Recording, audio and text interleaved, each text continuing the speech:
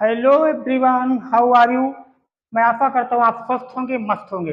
Dear students, आज का हमारा टॉपिक है noun or phrase in apposition का प्रयोग करके दो या दो से अधिक सिंपल सेंटेंसेस को एक सिंपल सेंटेंस बनाना। इसके पहले हमने जो भी मेथड से उसको ऑलरेडी कर चुके। अगर आप लोगों ने वीडियोज को नहीं देखा है तो आप हमारे चैनल पर जाकर पिछले वीडियोज को देख सकते हैं। तो बिना देरी किए हुए, बिना किसी बात के शुरू करते हैं। Noun or phrase in apposition का प्रयोग करके हम कैसे बनाएंगे। तो डियर स्टूडेंट्स, इसमें हमें दो बातों को समझ लेना है। इसके नाम में ही छिपा है कि कैसे हम दो या दो से अधिक सिंपल सेंटेंसेस को एक बनाएंगे, वो भी किसके द्वारा, या तो नाउन के द्वारा या फिर फ्रेज इन अपोजिशन के द्वारा। तो कहने का मतलब हमें इसमें दो तीन चीजों को समझना है। क्या समझना है? नाउन। सबसे पहले तो हमें जानना है कि नाउन क्या होता है। नाउन हम पिछले वीडियो में भी डिस्कस कर चुके हैं, तो उस पर हम ज्यादा बात को लंबा नहीं करेंगे। उसके बाद फ्रेज इन अपोजिशन, ये फ्रेज क्या होता है, ये चीज हमें जानना है कि फ्रेज क्या होता है। तो फ्रेज ऐसा होता है कि जो वर्ड्स, कई वर्ड्स हों लेकिन उन वर्ड्स में कोई भी वर्ब ना हो। हम कह सकते हैं a group of word without verb, ये हमारा क्या होता है, हमारा फ्रेज होता है। जैसे फॉर एग्जाम्पल, जो हमारा फ्रेज होता है, फ्रेज क्या होता है? A group of word, a group of words without verb. Dear students, क्या होगा? ऐसा ग्रुपिंग होगा वर्ड्स का लेकिन वर्ब नहीं होगा। अच्छा, अगर देखिए ग्रुप ऑफ वर्ड्स है, अगर कंप्लीट सेंस भी देता है तो वो हमारा सेंटेंस हो जाएगा। तो आप कहेंगे सर ये क्या बता रहे हैं, हमारे समझ में नहीं आ रहा है। देखो एग्जाम्पल से हम इसको बेहतर समझाने की कोशिश करते हैं। जैसे हम अगर ये सेंटेंस ले लें, एक फ्रेज देखिए, the king of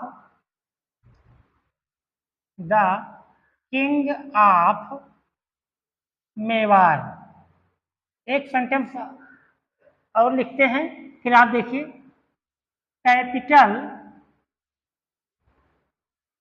capital of India. अब देखिए ये दो फ्रेज ऐसे हैं कि अगर आप इसे ध्यान से देखें तो देखिए इसमें तो आपको नाउन तो मिल रहा है, नाउन तो मिल रहा है। मेवाड़ क्या है? नाउन है। किंग क्या है? नाउन है। अब इसमें देखिए कहीं पर भी आपको कोई वर्ब दिख रहा है? आप कहेंगे नहीं सर इसमें तो नहीं दिख रहा है। तो जब ऐसा ग्रुपिंग हो वर्ड्स का जिसमें वर्ड्स तो हों लेकिन वर्ब ना दिखाई पड़े, वही हमारा फ्रेज होता है। ये देखिए कैपिटल ऑफ इंडिया, इसमें भी आपको कहीं पर भी वर्ब नहीं दिखाई देगा। तो ऐसे ग्रुपिंग ऑफ वर्ड्स अगर हैं तो आपको तुरंत समझ जाना है कि ये तो फ्रेज है। और सेंटेंस का डिफिनेशन आप ऑलरेडी थर्ड क्लास से पढ़ते हैं। A group of words make which a complete sense is called sentences, है ना। तो उस पर हम नहीं जा रहे हैं। इसके बाद ये हमारा हो गया, नाउन भी हो गया, उसके बाद फ्रेज हो गया। अब जो तीसरा वर्ड इसमें आता है कि भाई ये इन अपोजिशन, इसका क्या लेना देना है। तो इन अपोजिशन का मतलब होता है, यहाँ पे हम लिख दे रहे हैं, इन अपोजिशन। इन अपोजिशन का मतलब होता है बगल में। इन अपोजिशन मीन्स होता है क्या? बगल में, यानी side by side, side by side. तो अब कहेंगे सर इतना तो हमें पता चल गया, चलो ठीक है, नाउन या फ्रेज इन अपोजिशन का प्रयोग करके हम बना लेंगे। बेसिक तो हमने सीख लिया कि इसका मतलब क्या हुआ। अब इसको अप्लाई कैसे करेंगे? तो अप्लाई कैसे करेंगे, देखिए इसी में ही छिपा है। अब क्या करना है, किसी भी, चाहे वो फ्रेज हो या आपका नाउन हो, कहाँ हमें रख देना है? इन अपोजिशन, उसी के बगल में रख देना है। किसके बगल में? तो आपको जो भी सेंटेंस मिलेंगे उस सेंटेंस का एक सब्जेक्ट या ऑब्जेक्ट से संबंधित जो भी बातें होती हैं वो दूसरे सेंटेंस में छिपा रहता है, और उसी को उठा के इसी सेंटेंस के सब्जेक्ट या ऑब्जेक्ट के बगल रख देना है, उसी के बीच में रख देना है। और कैसे रख देना है? कामा लगा के, दो कामों के बीच में रख देना है। बस वहीं से जो है आपका काम हो जाएगा। अभी आपको समझ में नहीं आ रहा होगा तो परेशान होने की जरूरत नहीं है, बने रहिए वीडियो में, एग्जाम्पल के साथ अच्छे से इसको समझाते हैं। बस आप सिर्फ 2 मिनट धैर्य बनाकर सुनते रहिए। जैसे अब इसको हम यहाँ पे एक कोटेशन लिख दे रहे हैं, हालांकि इसका कोई जरूरत नहीं पड़ेगा, फिर भी हम यहाँ पे लिख दे रहे हैं ताकि अगर अगर आप फिर कभी इसे भूल जाएं तो आसानी से जब आप नोट्स उठाएंगे तो आसानी से आपको पता चल जाएगा। क्या है? दिए गए सिंपल सेंटेंस में से किसी एक सेंटेंस की सब्जेक्ट या ऑब्जेक्ट से संबंधित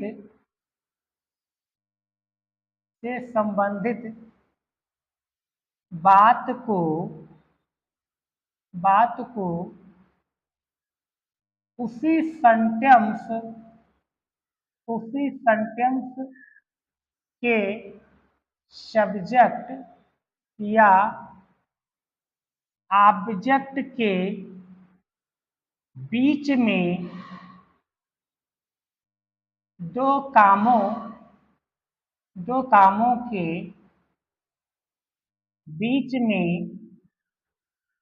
दो कामों के बीच में लिखना होता है। ये आपका थ्योरी है। अगर इसको हालांकि आपको लर्न नहीं करना है, अभी जब हम एग्जाम्पल से इसको सॉल्व करेंगे तो ये बड़े आसानी से जो है आप इसे माइंड कर लेंगे। अब पहले हम एग्जाम्पल्स लिख लेते हैं ताकि आपको बेहतर समझ में आए, उसके बाद फिर इनको एक एक करके आपको एक्सप्लेन करते हैं जिससे आपको बेहतर समझ में आएगा। हम एक एग्जाम्पल ले रहे हैं, एक सेंटेंस लेते हैं। Tulsidas was a great poet. दूसरा सेंटेंस, ही रोट द, यहां नीचे लिख दे रहे हैं,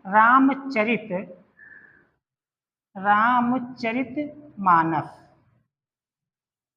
अब देखिए यहाँ पे सेंटेंस के पहले देखिए कि है किस तरीके से।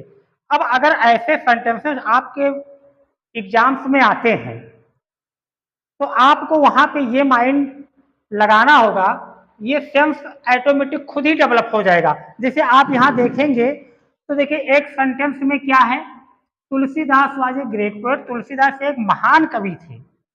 अच्छा, अब यहाँ पे देखिए नाउन है, पोएट क्या है, नाउन है, रामचरितमानस क्या है, नाउन है।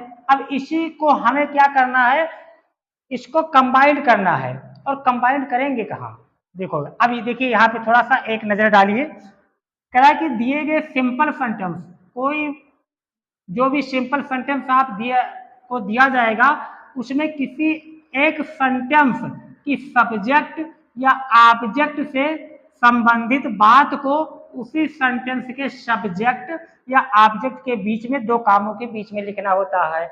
इसका मतलब क्या होता है, वही जो भी हमारा सेंटेंस है इससे देखो रिलेटेड बात यहाँ पे कही गई है।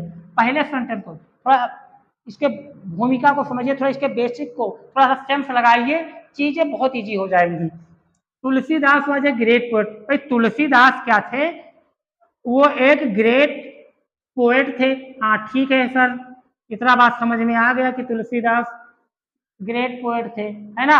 अच्छा, अब इन्हीं के बारे में फिर दूसरे सेंटेंस में, फिर तीसरे सेंटेंस में भी कहा जाएगा ही रोट रामचरितमानस।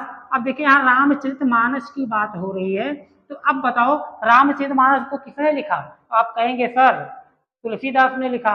अच्छा, तुलसीदास किस सेंटेंस में है, आप कहेंगे सर पहले सेंटेंस में है। तो क्या सेंस निकल कर आया कि इसमें एक सेंटेंस में उसी के, चाहे वो सब्जेक्ट हो या ऑब्जेक्ट हो, उसी से रिलेटेड जो बात होता है वो हमारा दूसरे सेंटेंस में भी दिया होता है। इसकी ये आइडेंटिफिकेशन है, इसको पहचानने का ये तरीका है। क्या तरीका है कि एक सेंटेंस में सब्जेक्ट या ऑब्जेक्ट से रिलेटेड बात जो है दूसरे में भी कहा जाएगा। तो अब इसको हम करेंगे कैसे, कुछ नहीं करना है, बहुत इजी है। सबसे इजी तो मुझे यही लगता है सिंथेसिस में, आपको बाहर से कोई चीजें लानी ही नहीं है। क्या करना है, तुलसीदास, सीधा लिखिए, एग्जाम्पल पे आइए, बहुत इंटरेस्ट आने वाला है। तुलसीदास, तुलसीदास। अब देखो इससे रिलेटेड, इस सब्जेक्ट से रिलेटेड जो भी बातें हैं, जो भी फ्रेज हैं, अब देखिए आ ग्रेट पोएट, यहाँ पे आप देखिए आ ग्रेट पोएट, देखिए इसमें कहीं आपको वर्ब दिख रहा है, हम इससे कर दे रहे हैं रेड कलर से, ये देखिए इसमें देखिए आपको कहीं दिख रहा है वर्ब। अब इसी को हमें फ्रेज बना देना है, और फ्रेज बनाना क्या, ये ऑलरेडी बन गया। अगर यहाँ वाज, अगर इसको भी शामिल कर लेंगे तो ये हमारा वर्ब हो जाएगा, तो इसका मतलब फ्रेज नहीं रह जाएगा। तो अगर ये फ्रेज नहीं रह जाएगा तो हमें बनाना है फ्रेज। तो आ ग्रेट पोएट, इनको हम यहाँ लिख देते हैं। अच्छा, यहाँ पे कामा लगाना है, तुलसीदास के रिलेटेड बात को क्या करना है, कामा के बीच में ही लिखना है। तो तुलसीदास आ ग्रेट पोएट, तुलसीदास आ ग्रेट पोएट। अब इसको क्या करना, दो कामा के बीच में यहाँ कामा लगा देना है। देखिए फ्रेज आ गया ना दो कामों के बीच में। देखिए जितना लंबा थ्योरी दिख रहा है उतना लंबा है नहीं। अभी आप कहेंगे सर इसको तो हमें कोई जरूरत नहीं इन सब सारी चीजों को लिखने को, हमें तो माइंड में ही सेट हो गया, तो बस वही तो हम करा रहे हैं कि आपको बहुत ज्यादा लंबे थ्योरीज की जरूरत नहीं है, बस आप प्रैक्टिस करिए, अप्लाई करिए, ऑटोमेटिक चीजें आ जाएंगी। तो अब क्या करेंगे, आ ग्रेट पोएट। अब यहाँ पे रोट, क्या किया था भाई, जो काम किया वो लिख दीजिए, रोट द रामचरित, रामचरित मानस। देखिए हो गया, कुछ भी नहीं करना है, बस अब हमें माइंड क्या रखना है कि किसी भी सेंटेंस को ऐसा भी होगा, उससे रिलेटेड उसके सब्जेक्ट या ऑब्जेक्ट से रिलेटेड जो भी बातें होंगी वो दूसरे सेंटेंस में होंगी। हमें क्या करना, उसे पहले इस सेंटेंस में सब्जेक्ट के, देखो ये सब्जेक्ट के बगल में, इन अपोजिशन का मतलब क्या होता है, देखिए बगल में होता है ना, ये इन अपोजिशन का मतलब क्या होता है, बगल में। तो ये देखो हमारा हो गया सब्जेक्ट, और इसी सब्जेक्ट के बगल में हमने क्या किया, फ्रेज का यूज कर दिया, और उसको देखो कामा के बीच में रखा कि नहीं रखा। आप कहेंगे हाँ सर हो गया, और उसके बाद जो भी सेंटेंस बचता है उसको आगे लिख देते हैं। कितना आसान है, बस एक दो एग्जाम्पल, तीन चार एग्जाम्पल्स करवा दे रहे हैं, उतने से आपका काम हो जाएगा। एक एग्जाम्पल और लेते हैं, Rana Pratap, Rana Rana Pratap was a brave warrior. Rana Pratap was a brave warrior. He, इन्होंने क्या किया, he was the king of Mewar.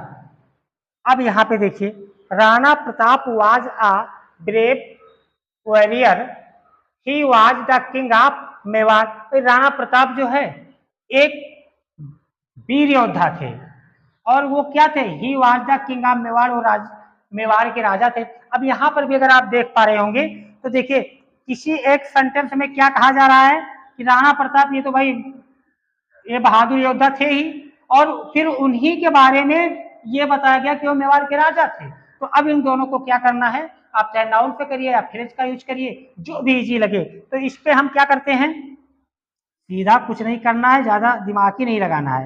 Rana Pratap मिल गया हमें क्या, सब्जेक्ट लगा दिए कॉमा, और आ ब्रेव वॉरियर, ये वाला जो है ब्रेव वॉरियर, इसी को हम फ्रेज बना के यूज कर रहे हैं। तो राणा प्रताप आ ब्रेव वॉरियर, राणा प्रताप आ ब्रेव वॉरियर। अब इसको क्या करेंगे, यहाँ भी कामा लगाएंगे, यहाँ पे देखो स्पेलिंग सही कर लेना, डब्ल्यू ये रहेगा, तो ब्रेव वॉरियर, उसके बाद कामा लग गया, क्या थे भाई ये, was the king of Mewar. हो गया आसानी से। अच्छा, इसे चाहें तो और भी बना सकते हैं, इस तरीके से भी बना सकते हैं। अगर इस तरीके से आप बना दिए तो भी राइट है। कैसे, सेम ऐसे ही करेंगे, राणा प्रताप राणा प्रताप कॉमा लगाएंगे। अच्छा अब यहाँ पे देखिए किंग ऑफ मेवाड़, ये भी तो हम इससे भी तो फ्रेज बना सकते हैं। किंग ऑफ मेवाड़, इसमें कौन सा वर्ब आया है? आया ही नहीं है, तो इसे भी हम फ्रेज यूज करेंगे। तो राणा प्रताप कामा लगा के क्या लिखेंगे? द किंग ऑफ मेवाड़, फिर कामा लगाएंगे क्योंकि कामा के बीच में ही रखना है। हो गया the king of Mewar was a brave warrior. आप चाहे तो आप ऐसे बनाएं या चाहे तो ऐसे बनाएं, जो भी इजी लगे। तो बहुत ही आसान है। इसको जो है फ्रेंड्स हम इरेज कर दे रहे हैं और उसके बाद कुछ एग्जांपल्स को और लेते हैं। एक एग्जांपल्स हम ले रहे हैं। दिल्ली इज, तीसरा Delhi is an old city. Delhi is an old city. It is the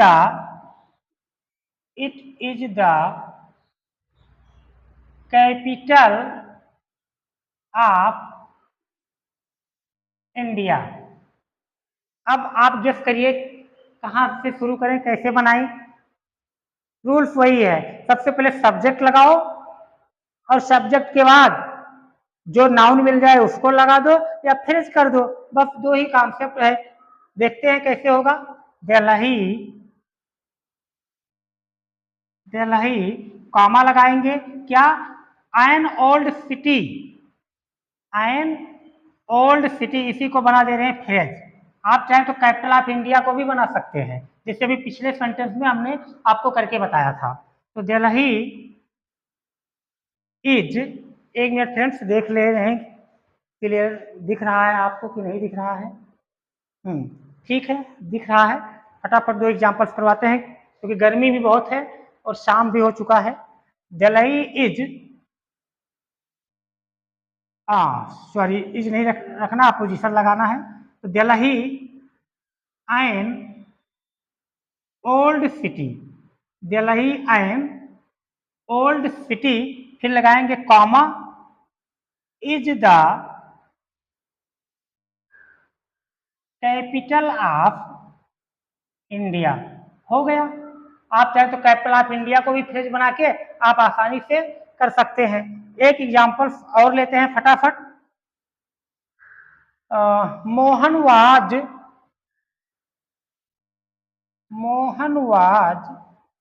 the only son of his father. एक सेंटेंस इसी में ले लेते हैं। He died in an accident. देखिए friends, Mohan was the only son of father, Mohan अपने पापा का इकलौता लड़का था और वो क्या हुआ? ही डाइड इन एक्सीडेंट, एक्सीडेंट में मर गया। कहने का मतलब इसी सेंटेंस की बात को तो इसी में किया गया है। तो हम डायरेक्ट लिखेंगे क्या? मोहन, हमें चाहिए सब्जेक्ट, हमने लिख दिया मोहन, लगा दिए कामा। उसके बाद हमें किसी को फ्रेज बनाना है। तो अगर आप देखेंगे द ओनली सन, यहां से देखिए the only son of his father, ये फ्रेज। अब आप कहेंगे सर इतना बड़ा भी फ्रेज होता है? फ्रेज इससे भी बड़ा हो सकता है।